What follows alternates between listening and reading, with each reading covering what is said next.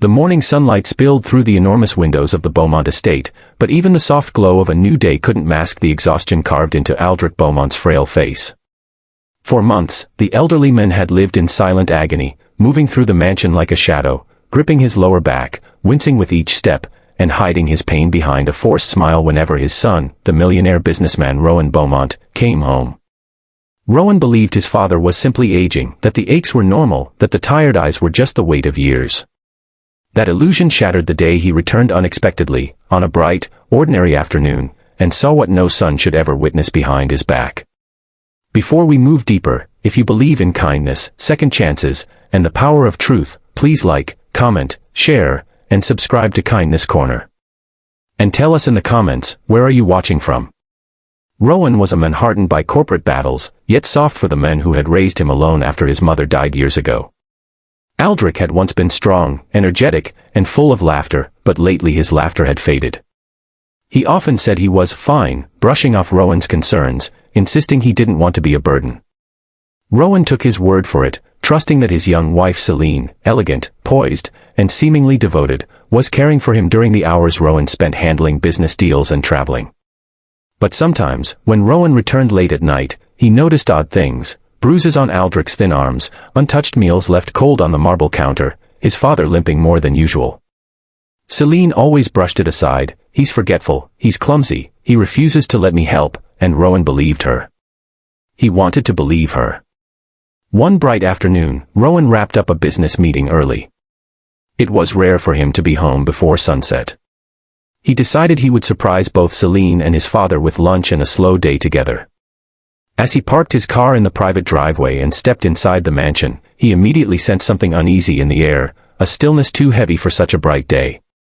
He walked through the hallways quietly, following a faint sound echoing down the corridor, a strained, broken voice murmuring apologies. The sound came from the luxurious guest bathroom near the east wing. Rowan's footsteps slowed as he approached, and when he pushed the door open just slightly, the sight inside didn't just shock him, it shattered him. The bathroom was pristine, almost blinding with white marble and gold fixtures, but on the cold floor knelt Aldrich, sweating, trembling, and struggling to scrub a toilet with the stiffness of someone in unbearable pain. His back was hunched unnaturally, his breathing shallow, his ribs showing through his worn gray shirt. On his chest hung a heavy beige baby carrier with two sleeping infant twins, Rowan's children, not Celine's, but Rowan's from his previous marriage. Celine had insisted that Aldrich could handle them during the day, that it made him feel useful. But Rowan had never imagined this. Aldrich's knuckles shook, and each wipe of the cloth seemed to send a bolt of pain through him. Standing over him was Celine, dressed in an expensive, form-fitting daylight maroon dress, arms crossed, eyes cold like polished stone. Her voice had no softness as she told Aldrich to stop complaining and work faster. Rowan watched, frozen, as Celine tapped her high heel impatiently on the floor. She didn't raise her voice, and yet the cruelty in her tone was sharper than a knife. Aldrich muttered apologies like a frightened child, as if afraid to disappoint her.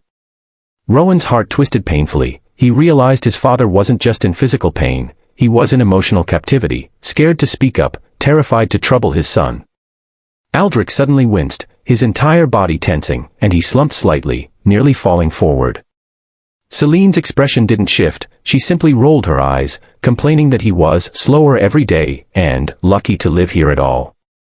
Rowan pushed the door fully open, and the sound startled both of them. Aldrich looked up with wide, frightened eyes, and Celine paled at the sight of her husband standing there, witnessing everything she thought would always be hidden behind his back. Rowan felt something inside him snap. The betrayal wasn't just marital, it was human. He moved to his father instantly, lifting him gently, feeling the unnatural stiffness in his bones, the deep flinch that suggested long fear. Aldrich tried to protest, insisting he was fine, but his voice cracked. Rowan held him harder, tears burning his eyes. He carried Aldrich out of the bathroom, leaving Celine speechless in the middle of her own reflection-filled cruelty. Once in the sunlight of Aldrich's bedroom, Rowan finally demanded the truth. It came out in pieces, painful pieces, how Celine made him clean daily, how she refused to allow house staff near him, how she withheld meals as punishment, how she assigned him duties with the twins even when he was in agony, how she guilted him into silence by saying Rowan would think he was ungrateful. It was abuse wrapped in manipulation, and Aldrich had endured it just to keep peace in Rowan's marriage. Rowan's grief turned into a quiet fury, not the explosive kind, but the kind that reshapes a life. He called his attorney, gathered evidence from the mansion's security footage, confronted Celine legally and personally, and removed her from their lives completely. The divorce was swift, public, and irreversible. Celine tried to defend herself, but images and recordings told the truth louder than her rehearsed words. The days after were slow but healing. Rowan hired a full-time medical caregiver for Aldrich, restored the warmth of the mansion, and spent afternoons sitting with his father in the garden, listening to old stories he had once been too busy to hear. He realized that wealth meant nothing if the people he loved were suffering in silence. Aldrich regained strength over time, not just physically, but emotionally. The twins adored him, clinging to him like little sons orbiting an old universe finally allowed to rest. As for Rowan, he rebuilt not just his family, but himself.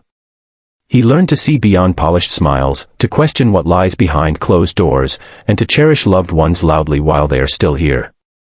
If this story touched your heart, please like, share, comment, and subscribe to Kindness Corner.